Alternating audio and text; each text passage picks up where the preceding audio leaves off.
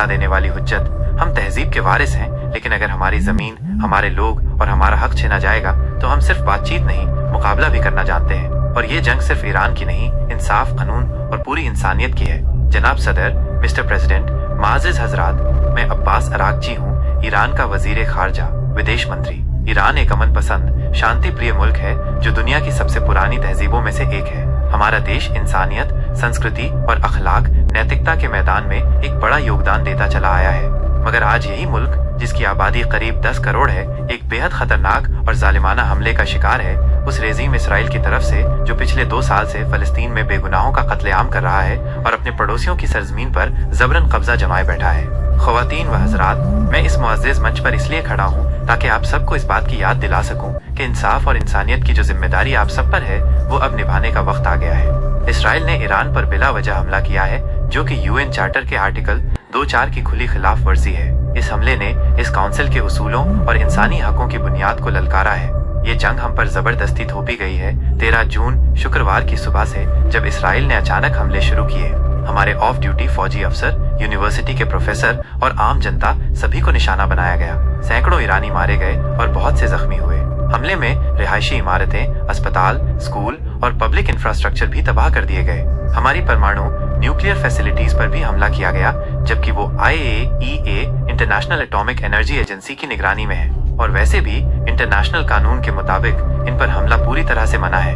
यह हमला सिर्फ हमारे देश पर नहीं, बल्कि इंसानी सेहत और पर्यावरण पर भी खतरा है। रेडिएशन लीक का खतरा सब पर मंडरा रहा है। जनाब सदर, ईरान, जो कि यूनाइटेड नेशंस का बानी मुल्क है, उम्मीद करता है कि आप सब इंसाफ, इंसानियत और कानून के साथ खड़े होंगे। हम पर एक बेरहम और खुला हमला किया गया है। इस बात को इसराइल और उसके हिमायती कैसे भी घुमा फिरा कर पेश करें, हकीकत नहीं बदल सकती। इसराइल का हमला किसी भी कानूनी या अखलाकी दलील से जायज नहीं ठहराया जा सकता। अगर कोई इस जंग को सही ठहराता है तो वो इस जुर्म में शरीक है। ईरान आज अपनी सरजमीन, अपने लोगों और अपनी हकीकत की हिफाजत कर रहा है। हमें पूरा हक है और ये हमारी जिम्मेदारी भी है कि हम अपने वतन की रक्षा करें। यूएन चार्टर का आर्टिकल 51 भी यही कहता है।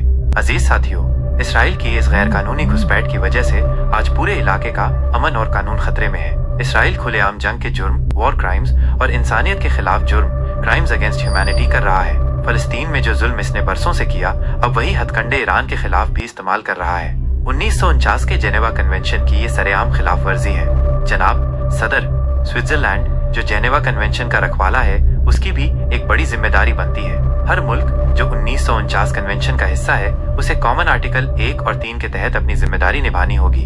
अजीज साथियों, हम पर तब हमला किया गया जब हम डिप्लोमेसी, राजनयिक प्रक्रिया में लगे हुए थे। 15 जून को हमारी अमेरिका से मीटिंग तय थी, जिसमें हमारे शांतिपूर्ण न्यूक्लियर प्रोग्राम पर एक बहुत उम्मीद भरा समझौता होना था। लेकिन इसराइल ने उस बातचीत से पहले ही हमला करके डिप्लोमेसी की पीठ में छुरा घोंपा।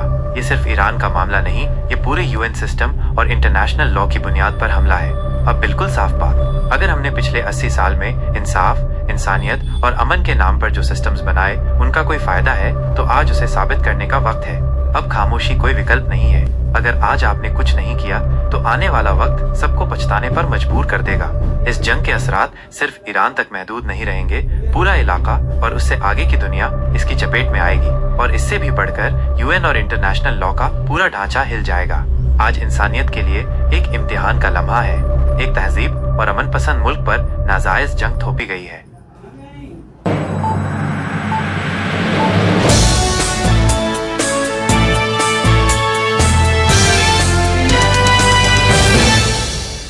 देश और दुनिया की हर जरूरी खबर के लिए कौमी खबर को सब्सक्राइब करें। चैनल को सब्सक्राइब करने के लिए धन्यवाद।